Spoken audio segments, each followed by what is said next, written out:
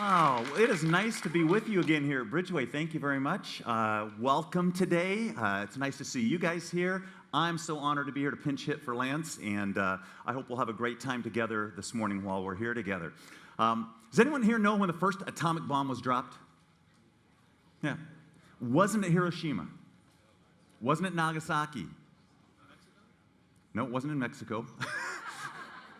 It was when Jesus dropped these words on the listeners that were listening to him during the Sermon on the Mount, and he said these words, "For I tell you, unless your righteousness exceeds that of the scribes and the Pharisees, you will never enter the kingdom of heaven."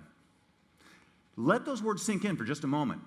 Unless your righteousness, your personal righteousness, exceeds that of the scribes and the Pharisees, you will never enter the kingdom of heaven. Remember, the popular conception in Jesus' day is that the Pharisees and the religious elite, the leaders of the Jewish people, they were like the rock stars of spirituality.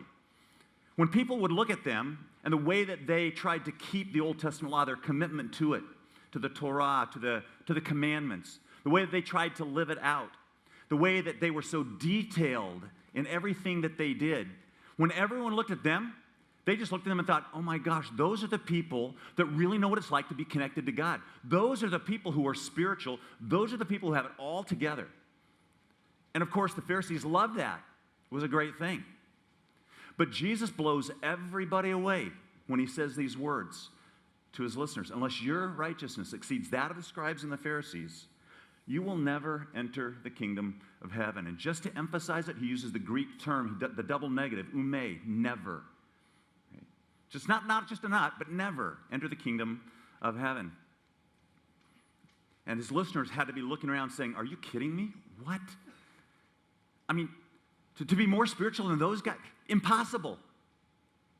But Jesus basically says, yep, buckle your seatbelts. I'm going to raise the bar here on what this is going to be all about. This week, we're going to be encountering some of the most mind-bending teaching of Jesus. It's teaching that most people would say and nod their heads at, and oh, sure, yes, even people who are followers of Jesus. But it's teaching that if you really were to follow it, is so radical, so unbelievably difficult, that it's some of the hardest words for us to apply to our lives.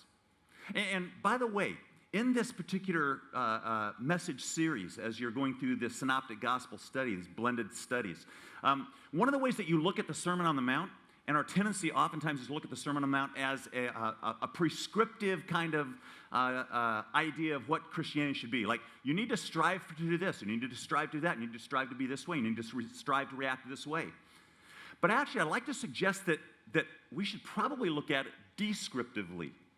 That it's not an idea of Jesus saying there's a new kind of law out here and you have to meet these higher demands, but in fact, it is descriptive of what life is like for people who have decided they are going to live their lives under the personal leadership of Jesus. Who are going to allow him to be that person that is so central, so integrating, so coordinating to everything that they do in life that it starts to become more natural. It is really a description of life in the kingdom of God. And as we begin to look at this, the next section that we're going to look at today is going to focus on what flows out of these verses in chapter 5, verse 20. This is the controlling verse. And I want to unpack for you some of the things that Jesus begins to teach on in this particular section. We're going to address 3 different subjects in 2 kind of long, extended passages. And they all deal with this subject. So just get this down right away. They all deal with how we deal with difficult people in our lives. There's a general rule of thumb, isn't there? Here's what it is. People are messy. True? People are really messy. All kinds of human relationships are messy. And we have all different kinds of people in all different kinds of relationships to us within our lives. And learning how to deal with them is one of the great challenges that we have in learning to live under the leadership of Jesus. So one person who's been really helpful for me in beginning to think through, okay, so who are all these people in my life? And maybe you'll recognize some of these in your own life. I'm going to have them up here on the screen, and we'll designate them this way. We'll talk about people who are the VEPs of our lives. These are the very energizing people.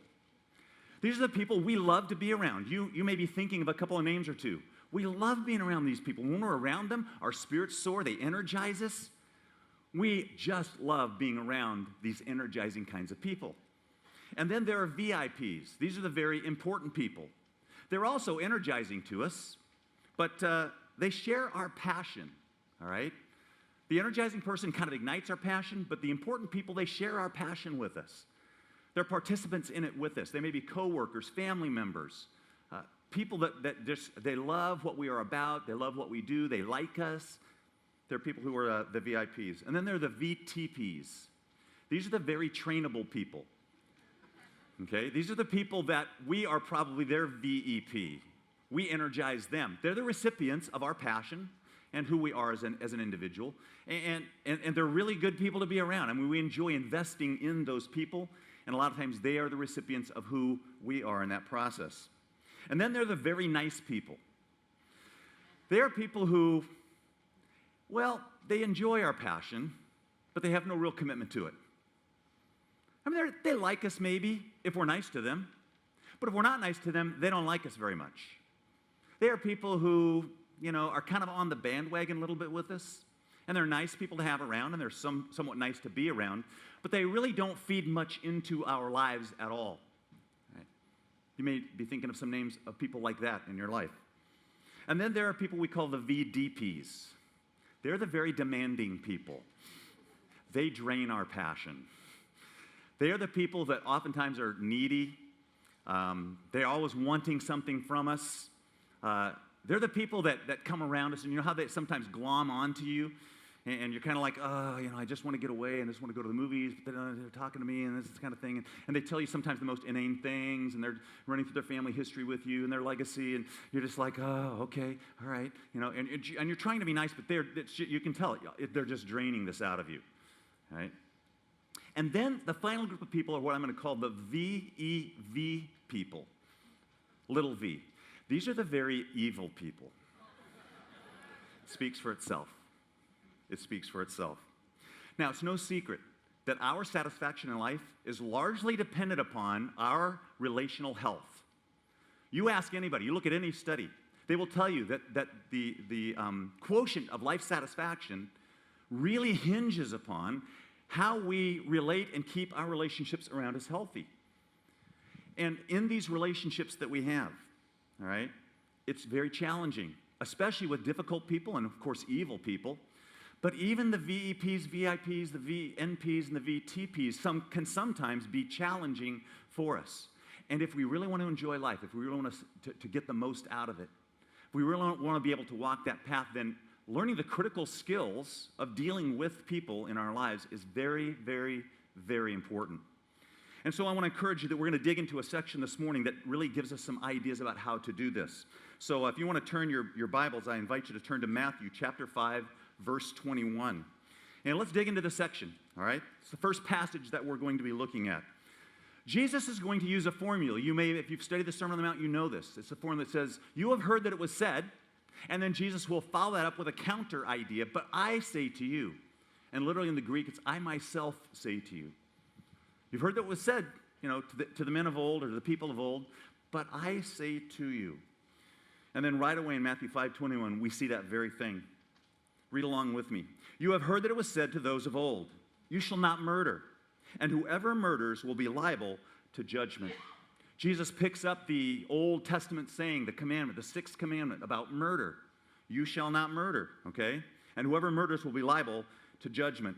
But now Jesus will begin to raise the bar on this a little bit. Look at verse 22.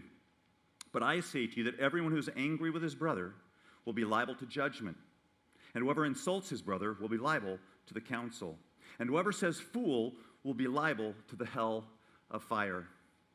Jesus puts his finger squarely on the root issue behind murder. And he says, here's what it is. It's anger. Toxic anger. That is what is underneath. If you didn't have any laws, if there were no societal conventions against murder, for the most part, if we were really, really, really angry with someone, it would simply extend itself into taking their lives. We try to figure out ways to do it. I mean, it happens all the time today, even with those. But you removed all those things, and what you would begin to get is a society built on chaos and rampant anger. Now, here's one thing. I want to give you several observations about this. One, okay, Jesus is not saying that we can't feel anger. That's not what he's saying here, okay? Jesus uses something in the Greek language called a substantival participle.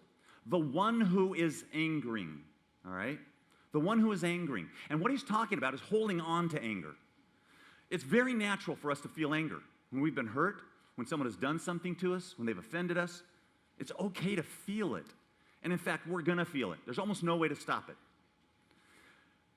But Jesus is saying that there's a problem when you start nursing that and you start running it back over in your mind and you hold on to it and you keep it and you try to kind of keep it going. Something breaks inside of us, God tells us, when those kinds of things happen. And when we have anger running loose, it's not fun. When we're holding on to it, it's not fun. Jesus traces the origin of this to this toxic anger. And it's not just visible anger, I want you to notice. It's not just the feeling of anger. This extends to our very thoughts, our drives, our motivations, even our words. So let me ask you something this morning. Have you ever called anyone stupid? Have you ever called anyone, a moron, fat, ugly? Have you ever thought about it? And Jesus, you can see, is beginning to raise the bar on what this actually means, okay? See, I don't know if you understand this, but there's more than one way to kill somebody. You can assassinate someone's reputation. You can slaughter their character. You can savage their self-image. You can tear them down. You can break them down. It doesn't take physically doing it. We do it with our words, and we do it with the way we treat them. We do it with our thoughts, because the thoughts will reflect on our actions. Murder's not just about what we physically do to people, but we can hold people down, we can keep them down, we can ruin them. Jesus uses two words here. He said, have you ever said to someone, you fool? Okay, the word here is more, means moron. Or the Aramaic term racha, which means blockhead. Right? Have you ever called someone that? And to us it seems fairly, benign. Blockhead, it doesn't sound bad. I mean, they say it to Charlie Brown all the time. But look at Charlie Brown. He's a wreck, right? Jesus simply says this. This is serious stuff. The way that you speak about people and the way that you treat people is very serious stuff. And in the rest of the section, Jesus is going to go on to talk about and propose for us a different pathway. Look at verse 23. So if you are offering your gift there at the altar, and there remember that your brother has something against you, leave your gift there before the altar and go. First be reconciled to your brother, then come and offer your gift. Come to terms quickly with your accuser while you are going with him to court, lest your accuser hand you over to the judge to the guard, and you be put into prison. For truly I say to you, you will never get out until you have paid the last penny. Jesus points us to a different path when he says, when you're at odds with someone or they're at odds with you, he's saying, work it out. Resolve it. Figure out a way to reconcile it with this person. Try to work at that relationship. And I know for some of us it feels like, oh, do I have to do that kind of stuff? But actually, the payoff is huge. When I was in high school, I played sports, I played baseball, and we had this kid. His name was Bob. And Bob was probably today what you'd call autistic a little bit, all right? Not completely. He was very high functioning, okay? Maybe had a little Asperger's or whatever. But he had these tics and things. And, of course, all of us guys that were in the gym, that was the days when you still had PE and had lockers and dressed out, those kind of things. And Bob became our target. And to this day, I'm so ashamed. But we just hassled him, and we bugged him, and we snapped him with towels, and we, chided him about his underwear, and we did the whole gamut for a whole year, okay, just during my senior year. And I graduated, and I wasn't a believer at that time. I was not a follower of Jesus. Well, after that, I became a follower of Jesus. And I'll never forget one day in my church seeing Bob walk through the door. And right then, it hit me. I was like, oh, my goodness. And I'll never forget sitting down with Bob and saying, Bob, I want to tell you something. I know that you know who I am, and I remember what we did to you, and I know you'll never forget it. But I said it was absolutely and completely wrong. There's nothing, no way to excuse how we treated you. And I said, I just want to ask if you will forgive us. And not just forgive us, but I said, I really want to ask you if you'll forgive me because I was part of that. And I remember him saying that, yeah, he would forgive us. But it was fascinating to watch what happened in that relationship. You know, I don't know if Bob actually harbored anything against me, but I know that I had harbored some stuff, and I know that I was completely guilty for it. One of the great gifts that God gives us is this thing called the gift of a clear conscience. And when we've wronged someone, or someone has wronged us, to bring those two parties together to resolve it is what Jesus would prize the most in life. It's what he'd want to see happen. So if there's a way to do that, he'd say, I want you to work toward that because it is very, very important. And to summarize this whole section, I'd say this, and this is the first. If you like filling in the blanks on your outline, here you go, all right? Don't get mad. Or literally, I would say this, don't stay mad, okay? You're going to get mad, you're going to feel it, but don't stay mad. Don't harbor it, nurse it. Don't keep it going within your heart. Begin to work at how you can resolve what's going on. Now, we're going to fast forward to the next passage, and we're going to bypass, I'll go all the way to verse 38. We're going to bypass Jesus' teaching on lust, his teaching on divorce, and his teaching on oaths. And we're going to look at another section that Jesus is going to talk about. In 1993, a California courtroom was absolutely shocked when Ellie Nessler, the mother of a boy who had apparently been abused by, her teenage son had been abused by a man, in a courtroom was being led to the witness stand when she pulled out a handgun and pumped 5 bullets into the head and the neck of her son's accused molester. Some people looked at Ellie Nessler and they said, well, man, she's a folk hero. And they loved that she got that kind of payback. Other people looked at her and said she's just like a wacko vigilante. But whatever you think of her, whichever way you may think of her, it highlights something that's in us that we have a propensity towards, and that's retaliation and revenge. My dad used to have a saying. Some of you have heard it, some of you know it. Don't get mad, just get even. So let's look at this for a moment, all right? Jesus is going to talk about this very subject of retaliation and revenge. You have heard that it was said to those of old, that is, an eye for an eye and a tooth for a tooth. We have this embedded default mechanism inside of all of us. And it simply says this: if someone hurts you, if someone does something to you, get them back, right? Story is told of a guy who was driving to work very, very quickly. He was on his way. He was going over the speed limit, and all of a sudden he sees the blue lights flashing in the background. Policeman pulls him over, starts talking to him about this, and the guy, you know, he'd had it. He kind of looked at the officer and said, officers, please, he said, I'm unemployed right now. I don't really have the money to really do this. He goes, I know I was breaking the speed limit. I'll never do it again. Is there any way you can cut me a break? And the officer just looked at him and said, were you going over the speed limit? He said, yeah. He wrote out the ticket, handed it to him, and said, have a nice day. Fast forward to the next week at a local recreational softball game. And the guy who's the driver of the car is the umpire.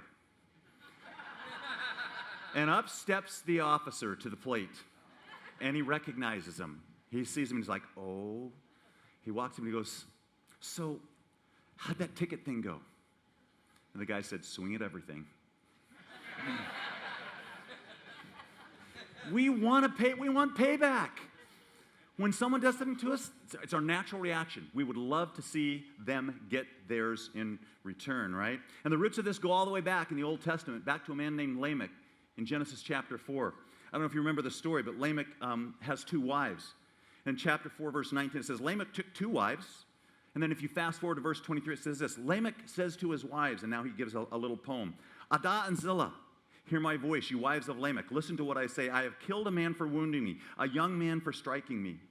If Cain's revenge is 7-fold, then Lamech's revenge is 77-fold. And this, of course, became the philosophy of the human race, right? Crush your enemies, help your friends. Right? Remember in Conan the Barbarian, where Conan paraphrases Genghis Khan's words and says this: what is best in life?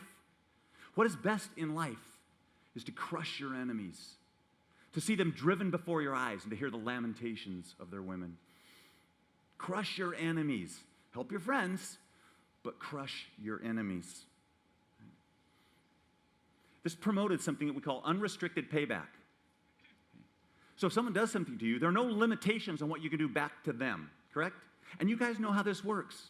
Two siblings are sitting in the back of a car, boy and a girl, and he nudges her with his leg. And so she socks him in the arm. He pulls her hair, right? He elbows her really hard and goes all the way over. She gouges his eyes. He puts her in an arm bar. The whole thing just escalates, right? I'm going to get you back even worse, because we think if we do it worse, then it's going to stop the behavior. If I can just get them back, it'll stop the behavior. But it never does. And this became the philosophy of the ancient cultures. And then along came the Old Testament. And the Old Testament introduced something called an eye for an eye and a tooth for tooth, or what the Romans called lex talionis, tit for tat. Okay. You get me, I get you back. Okay? And it did several things. It limited the scope of the punishment that could be exacted back. It limited the agent of the punishment because it had to be the victim. It could not be other people or other family members or other things like that. And it took it out of the hands actually of the individual and put it in the hands of the state. It was much better. But it still got twisted to somehow become a rationale for it's okay to pay people back for what they've done to you. And then along came Jesus, and he begins to raise the bar. Look at verse 39. You've heard it said, eye for an eye and a tooth for a tooth. Now, verse 39, but I say to you, do not resist the one who is evil. Are you kidding me? What? Don't resist the one who is evil? You guys, you understand this. You're driving your car. You make maybe a dumb move. You didn't look right. You kind of go into the other lane. You cut somebody off. They buzz by you. They give a gesture of some kind of gesture, And then inside of you, what happens? Your blood starts to boil a little bit. You get a little red in the face. You feel your blood pressure building. Voices in your head are saying, Rocky, Rocky, Rocky, Rocky. You want to let them have it. But Jesus raises the bar even more at this place. And now if you like to fill in the blanks, here's the next principle. Don't get even. Don't get mad or stay mad, but also do not get even either. And Jesus now promotes an outrageous strategy. But if anyone slaps you on the right cheek, turn to him the other also. And if anyone would sue you and take your tunic, let him have your cloak as well. And if anyone forces you to go 1 mile, go with him 2 miles. Give to the one who begs from you, and do not refuse the one who would borrow from you. Now, let me give you a little caution here. I don't think that Jesus is addressing in this particular issue or this particular passage subjects like war, the use of legitimate force to stop an evil. Those are not things that are in the purview of this particular passage, and I think we're going to see that in just a minute. He's not suggesting that those things are always all bad, though I want to be real careful in how I particularly suggest that.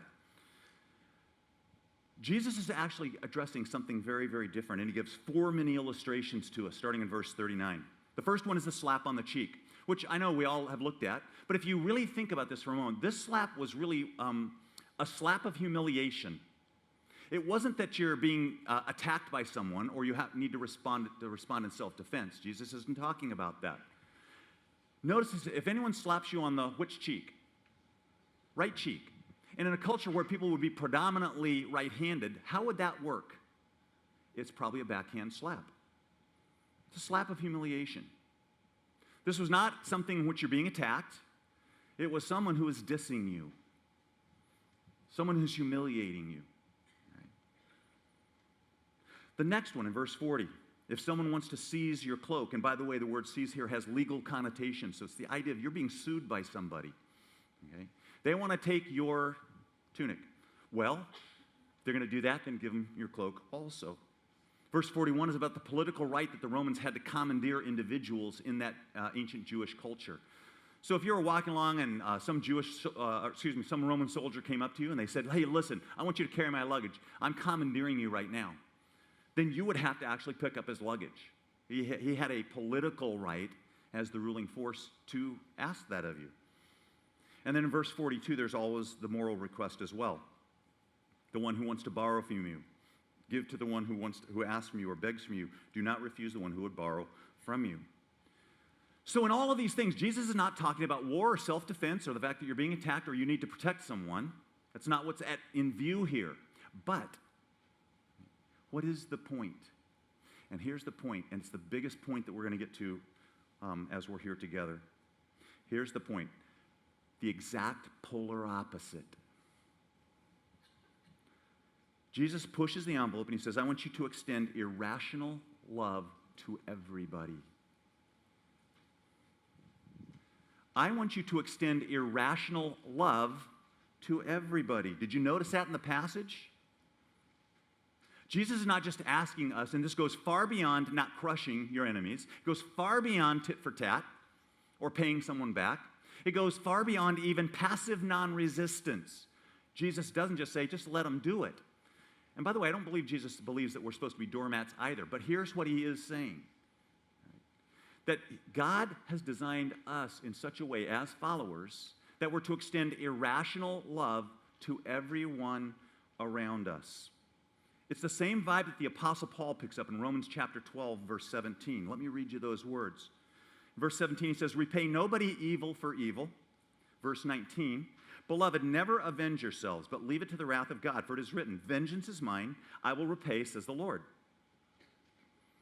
To the contrary, if your enemy is hungry, feed him. If he is thirsty, give him something to drink. For by so doing, you will heap burning coals on his head. Do not be overcome by evil, but overcome evil with good. And now you're beginning to understand this. I don't want you to just take it. I don't want you to pay them back. I don't want you to crush them. I want you to extend to them practical, tangible, concrete, irrational acts of service and love in such a way that you show them there's something different about you. When Paul talks about these burning coals, by the way, you're going to heap burning coals on our head, some of us think to ourselves, if I do good to them, then it'll really get them. But Jesus is using a fairly cultural idea in this, Paul is in this passage, where, in those days when you had a fire and it went out, you didn't have matches to light it with. And nobody wanted to sit around and do the stick thing, so you would go to your neighbors and you would borrow coals, all right? And if your neighbor was generous, he would give you heaping coals. And of course, they almost always carried them in some kind of bowl on their heads. So your neighbor would be, if he was generous, he would give you lots of coals. If he was cheap, he'd give you one coal and say, good luck, buddy. Hope you get home in time before it goes out. Jesus is actually talking about being generous. And I know this is hard, but he wants us to be generous to those who have hurt us.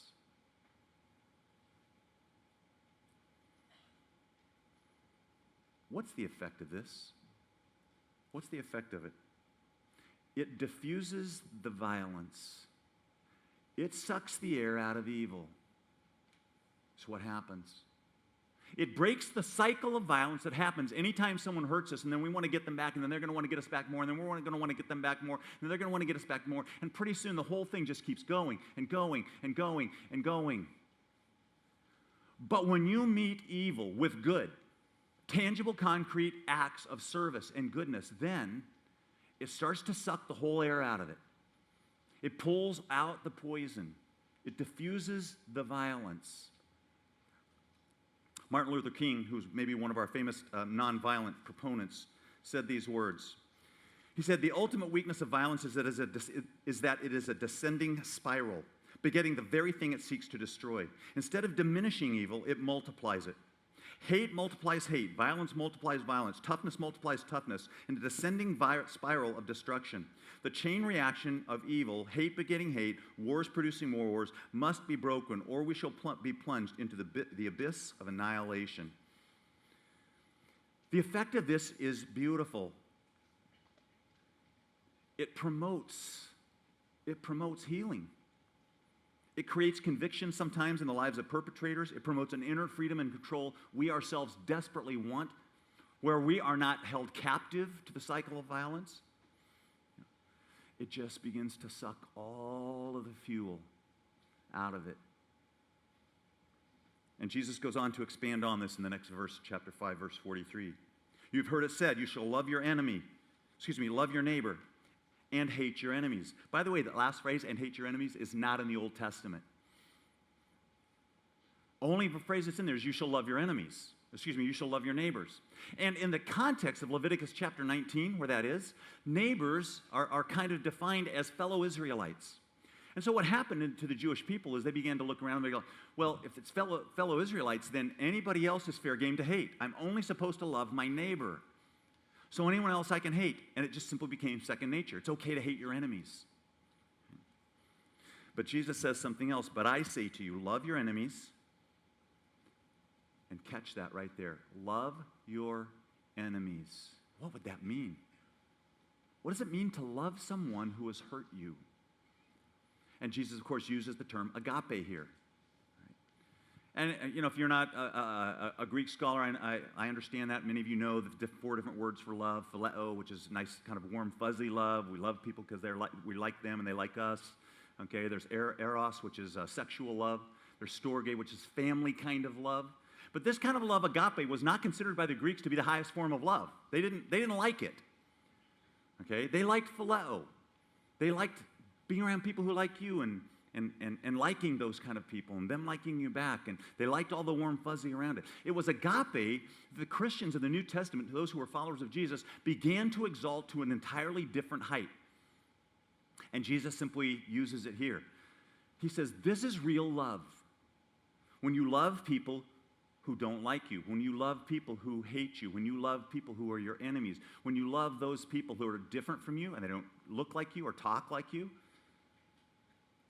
that's what true love is. It doesn't depend on nice, warm fuzzies or whether they like you or they even do good things to you. It is unconditional love. And it implies everybody. It implies everybody. It is graduate level love. The highest form of love that you can have. And Jesus begins to contrast it with first grade love. Look at the next couple of verses. And pray for those who persecute you so that you may be sons of your Father who is in heaven. For he makes his sun rise on the evil and on the good, sends rain on the just and on the unjust. Now the contrast. For if you love those who love you, what reward do you have? Do not even the tax collectors do the same? And if you greet only your brothers, that is, fellow Israelites, what more are you doing than others? Do not even the Gentiles do the same? Jesus picks the 2 loser groups that would be around in the ancient Near Eastern culture that he was in. Tax gatherers and Gentiles. They were the ones that had the big L's on their forehead. They were the losers. And he says, hey, listen, those groups of people, they do that. They love people that like them. They do good things to people that they like, people that have, friendly relationships with. They say hi to one another. Big, fat, hairy deal that you do that as Israelites. But then he kind of says this graduate level love is not just having nicer thoughts about people. He said it is reaching out to them in concrete, tangible, practical, real life kinds of ways. And why this graduate level love? Let me just give you 3 reasons, okay? The first one is it does begin to suck that air out of evil. I mean, it really does pull the air out of it. Secondly, it represents God accurately. Did you notice those words here? But I say to you, love your enemies, pray for those who persecute you, so that you might, catch that word, so that, here's the purpose statement, so that you might be sons of your Father who is in heaven, so that you might be sons. You're representing Father. And finally, okay, he says that it distinguishes us from everybody else. Even Gentiles and tax gatherers do that. But when you love your enemies, it sets you apart in a very powerful way. It makes you different. It distinguishes you from everybody else in the world. And one final thing that it does, it actually distances us from violence. Because when we get hurt and we want to pay somebody back and the cycle begins to start, we get caught up in the flow oftentimes of what happens with that, right? And we just get caught up in the flow of it. But when you love your enemies, you stop getting caught up in the flow of it. You don't get overwhelmed by it. And there's a sense of freedom and power and control that becomes yours because you are living under the personal leadership of Jesus. That's why it is so effective. So we got to live this out, right? And this is the hard part. It's nice to talk about it in theory. Any of us can stand up here just like me and say, oh, we need to do this. This is how Jesus says we should respond. So let me give you some suggestions and a couple of things that'll probably be important for you to know. One, I guarantee you won't feel like this. I guarantee it. Do not wait around for good feelings. It's not going to happen. I'll never forget when I first became a Christian, we were in a guys' recreational flag football league. And we had a team from our church, a lot of the guys that were athletic. We entered this rec league. And in the rec league were all these other kinds of teams. Well, we did pretty well in the rec league, and we came up to the championship game. And it was against the guys from the Mad Dog Saloon. And so we went out and played, Sunday afternoon. And there's nothing like kind of getting down into a three-point stance across the line from an inebriated construction worker who just wants to tear your head off in a flag football game. And these guys did everything dirty in the book. I mean, they slugged us, they hit us, they did. And I remember coming back to the huddle one time and I said, I said, if it wasn't for Jesus, I wouldn't take this. Right? You're never going to feel like it. I guarantee you. But you can act your way into it because of who Jesus is. So let me offer you some suggestions here. You can take whatever's applicable for you. If something strikes you, great. Hopefully God speaks to you. I want you to do something on your program. I want you to write down one or two names. Real quick, one or two names. Because my guess is this. As we've been going through the message, you've been sitting there going, Fred. Sally. Whatever God's been speaking, just write a name or two down that you've been thinking. Someone who's hurt you, someone that you really struggle with, someone that you want to get back, all right? And then let me just share a few things. One, you have got to draw a line in the sand. If you are going to be a follower of Jesus, if you are going to truly follow Jesus, then you're going to have to draw a line in the sand and say to yourself, I'm going to follow Jesus in this. Far too often what we want to do is we want to follow Jesus when everything is really easy and when everything's really good and it doesn't cost us anything. But once it starts costing us, then we're like, I don't know. And we find ways to rationalize and we get out of it. It happens. It happens to all of us. It happens to me all the time. But there's a part where you have to draw a line in the sand and say to yourself, am I going to follow Jesus with this or not? And I realize that in an audience this size, there might be many of you here, maybe you have never, ever bowed your heart in your life to Jesus. And you'll listen to this and you'll say, this does not make sense to me, and I get it. We all understand that. But something happens to you when Jesus enters your life, and he makes you different. Another thing, explore creative options. You do have creative options, okay? You do not have to stay in relationship with people like that are demanding or evil, okay? You can remove yourself from those situations. You don't have to be their BFF, you don't have to, put them on Facebook or, whatever you might do, okay? It doesn't mean you have to be around them all the time. I mean, there's oftentimes people who have heard us that we need to make sure we stay a safe distance from, okay? So creatively explore options that are part of this if you're in a relationship with someone who's difficult, okay? There are oftentimes even legal recourses if it's that serious at times, right? But thirdly, literally pray. Pray for them. And don't just pray that they would get theirs, okay? Eugene Peterson used to say this, before we can love our enemies, we have to pray through our hatreds. And it's a good thing. Bring that to God. Bring that to God and say, God, I hate this person. I don't want to be around them. I want to get them back. I want to do this to them. I want them to get payback. But don't just pray about them. Begin to pray for them. This may not happen automatically, and I've been in situations where it took me months before I could begin to genuinely say, I want to pray for the good of this person. But once you begin doing that, it changes how you see them. And that is a shift that is powerful in helping us learn how to love those who have hurt us. Redirect your drives for payback into life-giving kinds of things. Put it into the drive to fight for good, for justice, for righteousness. Use the drive that you would give to violence in terms of payback, redirect that and put it into justice and righteousness and goodness. Reach out in tangible, life-giving ways, and then cut yourself some slack. You're not going to get it all right. You're going to have some setbacks. There are times you're going to, hope they go bald and get fat, and, this is going to happen. Don't settle in on it, all right? And finally, live for the end game. Live for the end game. And here's the end game. And I don't know how to phrase this to you. This may be a whole shift in perspective for you. What are we trying to do here as followers of Jesus? God is asking us in the kingdom of heaven to create a new world.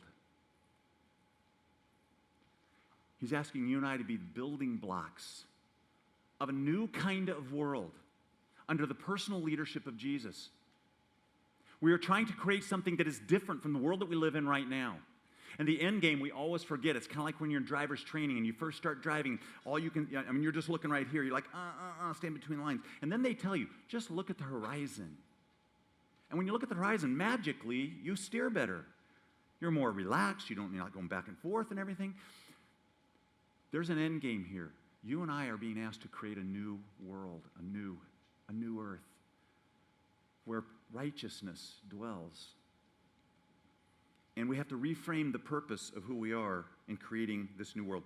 We are fighting for a different outcome than just not being hurt, having people treat us the way that we want them to treat us. We are fighting for a different outcome. And here's the question. I see men and women who leave this life in the United States to serve their country. They're willing to be a casualty of war. They're willing to give up their life for the patriotic ideals of our country, for your freedom and for my freedom. And it would seem to me in some way, shape, or form, and this is brand new for me, I'm still trying to flesh this out for me, but maybe it will cost me my life. A few years ago, we had the nickel mine shooting in Pennsylvania, and 5 beautiful young Amish girls were killed when a man named Charles Roberts locked himself in their school, allowed the boys to leave, and a couple of pregnant teachers kept 10 girls in the room. And you remember the standoff that occurred and how the Amish community responded to this. But it was Barbie Fisher and Marion Fisher and her sister Barbie that won the day. They were inside the building. And when he began to get very agitated and the standoff looked like it was going to really go sideways, she was the one who stood up and she said, "Shoot me first and let the other ones go." And he did. He shot her. And the next person up was her sister, who stood to her feet, Barbie, and said, "Me next." And he shot her. Luckily, she survived. But the world was shocked when that Amish community responded to the heinous evil that was created upon them, and they began to respond not only with forgiveness, but they began to raise money for the perpetrator's family. They began to pay back. They began to take meals over to the family's house. And a midwife who delivered 5 of those girls through their birthing process did exactly the same thing. You're going to say it's not possible. Yes, it is. It is possible to do this. You're going to say this is totally unrealistic. No, it's not. And yes, it could cost us our lives. It could cost us possessions. And every situation, circumstance is different, so you can't put this on our one-size-fits-all thing. But when you have grace, and that's what this midwife said, this is impossible unless you have Jesus in your life. Because the grace that flows from that allows you to do things you could not humanly possibly do. And we have this opportunity. We can build bridges and we can build walls, right? We are good at building walls. Do you know that the only wall that you can see from outer space, the only human edifice you can see from outer space is the Great Wall of China? It's the only thing you can see. This wall that we have created to keep people out. But Jesus suggests this: I want you to build bridges. And I want to encourage you, build bridges with your enemies, with those who have hurt you. That will take a lot of soul searching. It will take a lot of prayer. It will take a lot of time. But we are creating a new world. And Jesus has asked us to be the advance guard of this new world. And man, it's easy for me to just stand up here and say it to you, but I will have to live it out in my own life too. I haven't always done it well, but I would like to do better. I hope that you will too. So I want to give you a closing challenge. Remember the one or two names I had you write down? Fred, Sally, somebody in your life.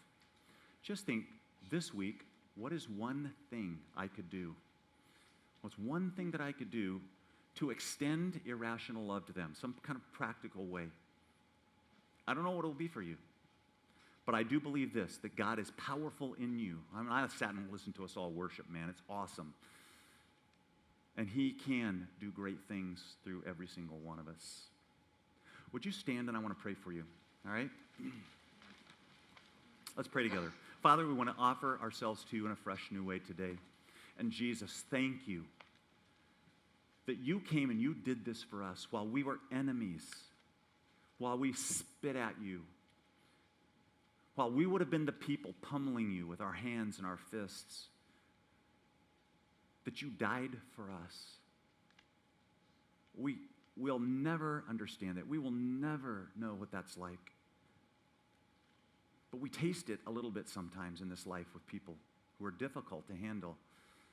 And Jesus, thank you for offering us a pathway that allows us to live under you and to know that our souls are not at risk ever for anything because we belong to you. And because of that, you would enable us to be the people that create this new world. We give ourselves to you, and we thank you for this time here today. In Jesus' name we pray. And everyone said, Amen. Thank you. God bless you. You're dismissed.